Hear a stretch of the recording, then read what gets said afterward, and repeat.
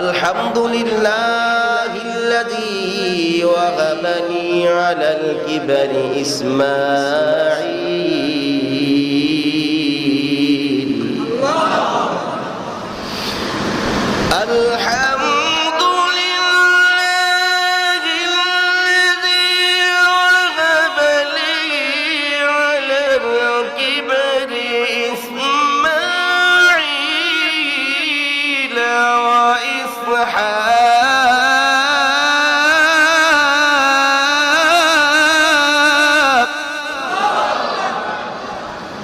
ইন্না রাব্বী লাসামিউদ দুআ। জোরে বল আল্লাহু আকবার। রব্বি জাআলনি মুকিমাস সালাতি ওয়া মিন যুররিয়্যাতি রব্বানা ওয়া তাকাব্বাল দুআ।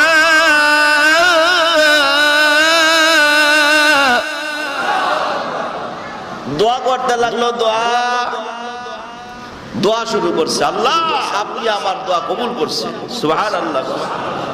একে একে আল্লাহ দুইটা সন্তান, দুই বিবির গর্ভ দান করলেন। আল্লাহ দুনিয়ার মানুষকে জানাই দিলে, ও দুনিয়ার মানুষ, সন্তান দরকার আমার কাছে বল।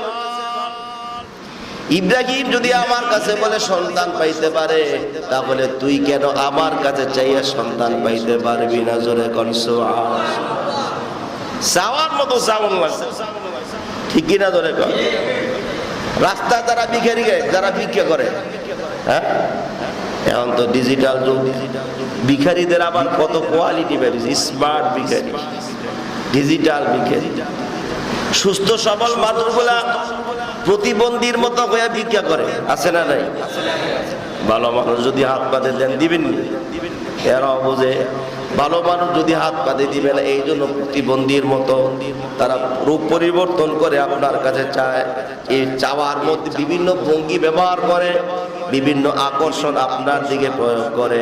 তাহলে আপনার চোখে মায়া লাগার কারণে তারা কিছু না কিছু দেন, ঠিক কিনা? ধরে ভঙ্গিমা না করতো, অভিনয় না করতো, আপনার মায়াও লাগতো না, আপনিও দিতেন না, ঠিক কিনা? ধরে ওরে আল্লাহর বলা বান্দা, মানুষ একটা মানুষ আর একটা মানুষকে যত মায়া করে, আল্লাহ বলে বান্দা তোতে আমি দুনিয়ার মা সন্তানকে যত মায়া করি, আমি আল্লাহ তার হাজার হাজার কোটি গুণ বেশি তোরে মায়া করি। তুই চাইতে দেরি, দিতে আমি দেরি করি না। জোরে কোন সুবহানাল্লাহ। চাইবে না, দিবি। ইব্রাহিম আলাইহিস সালাতু ওয়াস সালাম বলে, আল্লাহ আপনি আমার দোয়া শ্রবণকারী। আল্লাহ দোয়া শুনছে, দিলে সন্তান দিছে। জোরে কোন সুবহানাল্লাহ। নাম রাখে ইসমাইল, আর একটা নাম রাখে ইসহাক। দুইজন দুই দেশে, একটা জেরুজালেমে আর একটা হেজাজে। আপনার আমার নবী রুহানি পিতা মুহাম্মদুর রাসূলুল্লাহ সাল্লাল্লাহু আলাইহি ওয়াসাল্লাম কন্যা, আরো জোরে কর, আবার পরে, আরো জোরে পরে। এই যে সাল্লাল্লাহু আলাইহি ওয়াসাল্লাম বললেন, একবার যেই ব্যক্তি পড়ছে ওই ব্যক্তির আমল নামায় 10টা সওয়াব লেখা হয়ে গেছে। 10টা গোড়া মা হয়ে গেছে, 10টা খাস রহমত বর্ষিত হয়ে গেছে। এই জন্য আল্লাহ নবীর আল্লাহ জানাই দিলেন, পয়গাম্বর দুনিয়ার মানুষ যদি আপনার উপরে দুরূদ সালাম নাও পড়ে, আমি আল্লাহর পক্ষ থেকে রহমত, দুরূদ সালাম, শান্তি বর্ষিত মিস হবে না। ইন্নাল্লাহা ওয়া মালাইকাতাহু ইউসাল্লুন, আরো জোরে বলো আল্লাহু আকবার। ইয়া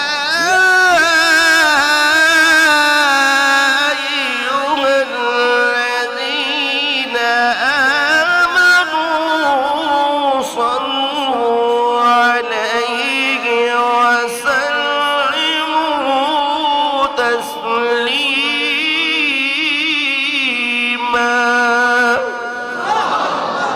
আল্লাহ দ্বারা নিশ্চয়ই আমি আল্লাহ এবং আমার ফেরেশতারা, আমি আল্লাহ আমার বন্ধুর উপর রহমত বর্ষিত করি, ফেরেশতারা আমার বন্ধুর উপরে দুরূদ পড়ে। জোরে করো সুবহানাল্লাহ। ও ঈমানদাররা, তোমরা আমার নবীর উপরে দুরূদ সালাম পড়ো, সুবহানাল্লাহ। যদি পড়ো, আমি আল্লাহ তোমাদেরকে শান্তি বর্ষিত করব। একবার বলে সহিহ বুখারীতে আছে, একবার বলে 10টা গুনাহ মাফ হয়, 10টা সওয়াব লেখা হয়, 10টা রহমত বর্ষিত হয়। তো পারবেননি সবাই? আল্লাহর নবী বলেন, আমি আল্লাহ রাব্বুল আলামিন আমি মুহাম্মদুর রাসূলুল্লাহকে দুনিয়ার সবচাইতে ধৈর্যশীল মানুষের বংশধর থেকে আল্লাহ আমারে পাঠাইছে। দুনিয়ার সবচেয়ে ধৈর্যশীল মানুষ হলো ইসমাঈল আলাইহিস সালাম। আরো জোরে কর সুবহান। যেমন বাপ এমন সন্তান, ঠিক কি না? জোরে কর। বাপ কা বেটা সিপাহী কা ঘোড়া, কুছ না হো তো থোড়া থোড়া। বাপ যদি সিপাহী হয়, সন্তান কিছু না হইলো কিছু বাপ ভঙ্গিও পায়, ঠিক কি না? জোরে কর। ইসমাঈল আলাইহিস সালামকে আল্লাহ পাঠাইছে। সন্তান রে পাইয়া তো বাবা অনেক খুশি, আর এ তো সন্তান আল্লাহ আমার দিছে। বুড়া বয়সে সন্তান পাইয়া তো বাপ খুশির শেষ নাই, আত্মহারা। আল্লাহ জিগা ইব্রাহিম আলাইহিস সালাম রে পরীক্ষা করার জন্য, ইব্রাহিম তুমি কি সন্তান রে বেশি ভালোবাসো না আমারে ভালোবাসো? এতদিন কি পরীক্ষা দিয়েই যাইতেছে, তারপরে আবার সন্তান আর বাপের মধ্যে পরীক্ষা। সুবহানাল্লাহ। ভাই দিয়া কই স্বপ্নে যোগে দেখাই দিলেন, ইব্রাহিম তুমি আমার নামে কুরবানি দাও। সুবহানাল্লাহ বলেন।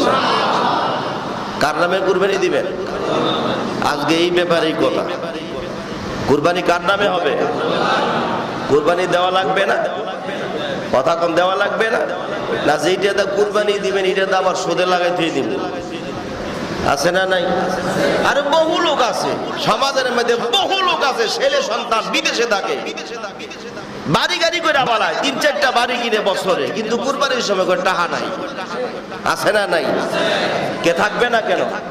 আল্লাহ যদি জিজ্ঞাসা করে বাড়ি কিনার টাকা হলো, তোর অন্য কিছুর টাকা হলো, কিন্তু আমার নামে কুরবানি দেওয়ার টাকা হলো না, আল্লাহর আদালতে অর্ধাঙ্গ হইয়া কিয়ামতের ময়দানে উঠতে হবে।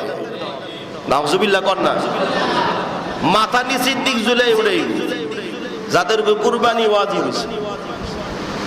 আপনার কাছে এখন টাকা নাই, কিন্তু পরবর্তীতে যদি টাকা আসা সম্ভব থাকে, যা হয় আমি এখন কারো কাছ থেকে ধার নিয়ে যদি কুরবানি দেই, পরে ঈদের পরে কুরবানি পরে দেওয়ার মতো আমার প্রসেস আছে, তাহলে আপনাকে ওইভাবেই দেওয়া লাগবে, কিন্তু কুরবানি দিতেই হবে, ঠিক কি না? ধরে কর।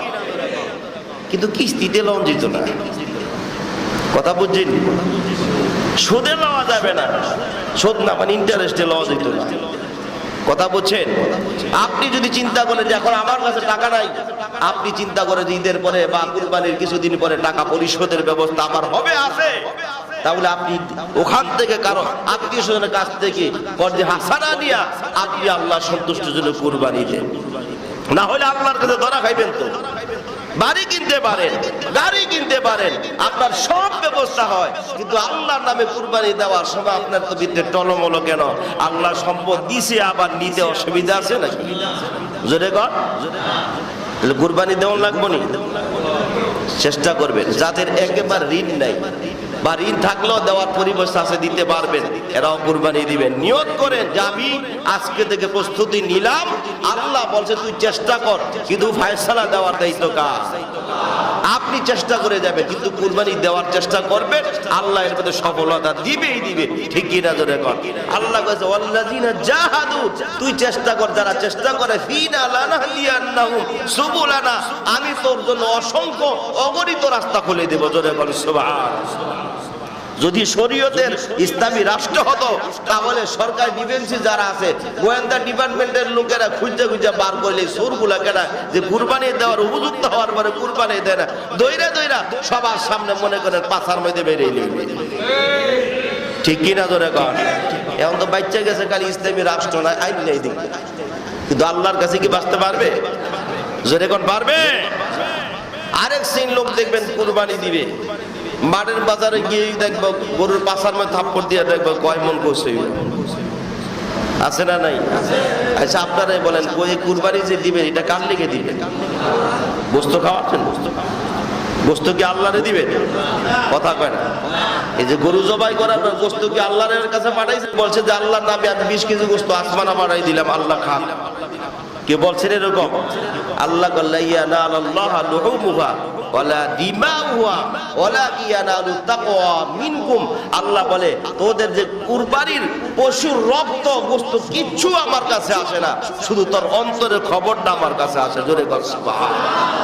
এই যে হাডিকে কইেন না 10-7 জন শরীর আছে, একজনের বাগেতে 40 কেজি করে যেতে পারে, এরকম দিক গেল লাগলে একটা কষাই লিয়ে এলো, এরকম চিন্তা ফিকির করে যাইবেন না। দৃষ্টিনন্দন দেখার মতো সুন্দর, যে লোকেরা দেখলে পছন্দ করব, আল্লাহর নামে দিবেন, ইখলাসের সহিত দিবেন, সুন্দর দিবেন। ঠিক কি না? ধরে কম হোক সে বেশি দাম হোক সে কম দাম, আপনার যতটুকু সামর্থ্য আপনি অতটুকু দেন। আপনারে কয়লে কেউ একলা দিতে, আপনি 7 জনে মিলেই দেন। আপনার টাকা নাই, আপনি 3 জনে দেন, 4 জনে দেন, 5 জনে দেন, 7 জনে দেন। আর যাদের ভিতরে একলা ওয়াজিব হইছে একাই দেওয়া লাগবে। ঠিক কি না? ধরে কম এই জন্য আপনারা যারা দূর দূরান্ত যারা আসছেন, মহল্লাবাসী যারা আছেন, সবার কাছে অনুরোধ থাকবে, যাদের উপর কুরবানি ওয়াজিব হইছে কুরবানি দিবেন, না হলে আল্লাহর কাছে ধরা খাওয়ার লাগবে। দুনিয়াতেও আল্লাহর পক্ষ থেকে লাঞ্ছিত হবেন, পরকালে তো আযাব আছে। ঠিক কি না? ধরে কম দিব তো ইনশাআল্লাহ। আল্লাহ আমাদেরকে সবাইকে কুরবানি দেওয়ার তৌফিক দান করেন। আল্লাহ আমাদের যাবতীয় হাজতগুলো পূরণ করে দেন। আরো জোরে কর না আমিন। আর ইব্রাহিম আলাইহিস সালাতু ওয়াস সালাম তো বলছে, ইন্না রাব্বি লা সামিউদ দুআ, নিশ্চয় আমার প্রতিপালক দোয়া শ্রবণকারী। জোরে কর সুবহানাল্লাহ। আপনি আল্লাহর কাছে তাহাজ্জুদের পরে কাঁদেন না, আল্লাহ আমার ভাই কুরবানি দিবা, আমি দিতে পারতেছি না, আল্লাহ আমার বাড়ির পাশে লোক কুরবানি দিবা, আমি পারতেছি না, আমার তৌফিক দাও। আপনি দোয়ার চেষ্টা করেন, কেমনে যে হইব আপনি বুঝতেও পারবেন না। ঠিক কি না? ধরে কর। কারণ সব কিছু সমস্যার সমাধান করার মালিক একমাত্র কে? আরো জোরে কোন কে? তাহলে কুরবানি দেওয়া চাই ইনশাআল্লাহ। দিতেন না? কাটা কাটা হাত তোলেন দি।